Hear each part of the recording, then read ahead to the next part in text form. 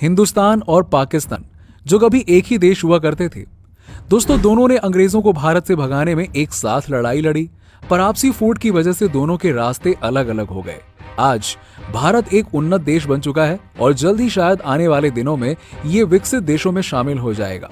पर वहीं पाकिस्तान आज भी अपनी गरीबी और लाचारी का रोना रो रहा है। जी हाँ, पाकिस्तान से अलग होने के बाद जो भारत में शामिल हुए हैं और जो इस वक्त भारत में रहते हैं, उन लोगों के लिए पाकिस्तान एक ऐसा देश बन चुका है जिसके बारे में उन्हें बिल्कुल भी नहीं पता होगा। भले ही इस देश को केवल आतंकवादी गुटों को पनाह देने वाला देश समझते हो, मगर इस देश में भी भारत की जैसे ही नदियां, झीलें, प्राकृतिक सुंदरता के साथ देखने लायक कई ऐतिहासिक चीजें हैं। यहाँ के लोगों में भी आपस में प्यार मोहब्बत है। जी हाँ, तो चलिए दोस्तों, जरा जानते हैं आज पाकिस्तान और वहाँ के लोगों के बारे में। दोस्तों, जिस देश को हम पाकिस्तान के नाम से जानते हैं, पर क्या आप जानते हैं कि ये देश भारत से अलग हुआ तो इसका official name the Islamic Republic of Pakistan रखा गया था। उस समय इस देश की पॉपुलेशन केवल 3 करोड़ थी, पर आज इस देश में पॉपुलेशन 22 करोड़ से भी ज्यादा पहुंच चुकी है। पॉपुलेशन के मामले में आज ये दुनिया का सबसे बड़ा 5वां देश बन चुका है। इस देश का एक बड़ा हिस्सा पंजाबियों से भरा हुआ है। यहाँ भारत के पंजाब का भी कुछ हिस्सा मौजूद है, जिसकी वजह से यहाँ पर पंजाबी कम्युनिटी सबसे ज्यादा है। इस देश की राष्ट्रभाषा उर्दू है, लेकिन यहाँ पर लोग सबसे ज्यादा पंजाबी में ही बोलते हैं। सिर्फ 8% ऐसे लोग हैं जो उर्दू को बोल और समझ पाते हैं। पाकिस्तानियों ने अपने देश का नाम तो काफी अच्छा रखा, जो 2 शब्दों पाक और स्थान से मिलकर बना है, जिसका मतलब होता है पवित्र स्थान, यानी कि पवित्र जगह। पर वो कभी भी इस देश को अमन चैन वाला एक पवित्र स्थान नहीं बना सके। यहाँ पर भारत के कई हिंदू जो बंटवारे के टाइम पर यहाँ बस गए थे, यानी कि रुक गए थे, जिनके साथ कई बार बहुत जातियां भी होती हैं, क्योंकि मुस्लिम रियासतों में ये सबसे ज्यादा आबादी वाला मुल्क बनता जा रहा है। इसलिए हिंदुओं के साथ भेदभाव और प्रताड़ना जैसी घटनाएं तो देखने को मिलती ही हैं। ऊपर से पाकिस्तान में कई तरह की आतंकवादी घटनाएं भी एक्टिव रहती हैं, जो यहाँ की सरकार के नीचे काम करते हैं।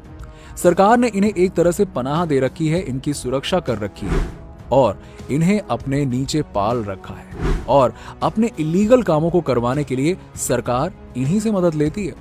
इसलिए पूरी दुनिया में पाकिस्तानियों को एक बुरे घटिया देश की पंक्ति में सबसे ऊपर रखा जाता है। पर इसका मतलब ये नहीं है कि पाकिस्तान में सभी के सभी बुरे हैं। पाकिस्तान कला के क्षेत्र में बहुत आगे है। यहाँ पर बनाई जाने वाली फुटबॉल विश्व भर में एक्सपोर्ट की जाती है। दुनिया में मौजूद जितनी भी फुटबॉल हैं, उनमें से 80% फुटबॉल्स केवल पाकिस्तान में ही बनती है।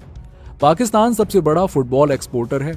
यहाँ आतिफ असलम, राहत फतेह अली खान जैसे कई बड़े दिग्गज सिंगर और कलाकार मौजूद हैं, जो अपने क्षेत्र में बहुत बड़े उस्ताद हैं। दूसरे देशों में इनकी हद से ज्यादा रिस्पेक्ट की जाती है।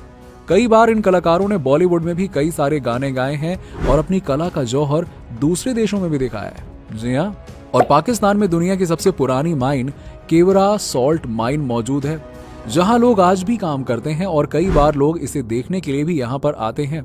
ये माइन दुनिया की दूसरी सबसे बड़ी माइन भी है। इस ऐतिहासिक माइन के बाद पाकिस्तान में दुनिया की सबसे ज्यादा ऊंचाई पर बना हुआ एटीएम हुंजा वैली में बना हुआ है। 16,007 फीट की ऊंचाई पर बना ये पहला एटीएम है, और टूरिज्म के लिए भी यहाँ पर कई ऐसी चीजें हैं जिसे देखने के लिए लोग यहाँ पर आना चाहेंगे। लेकिन दोस्तों, पता है, पाकिस्तान ना अपनी हरकतों की वजह से इंटरनेशनली, यानी कि पूरे विश्व में बदनाम हो चुका है। लोग यहाँ के लोगों को ना चोर और डाकू समझते हैं, आतंकवाद समझते हैं, और इस देश को उनका पनाहगार भी समझते हैं। इसलिए यहाँ पर लोग आना ही नहीं चाहते।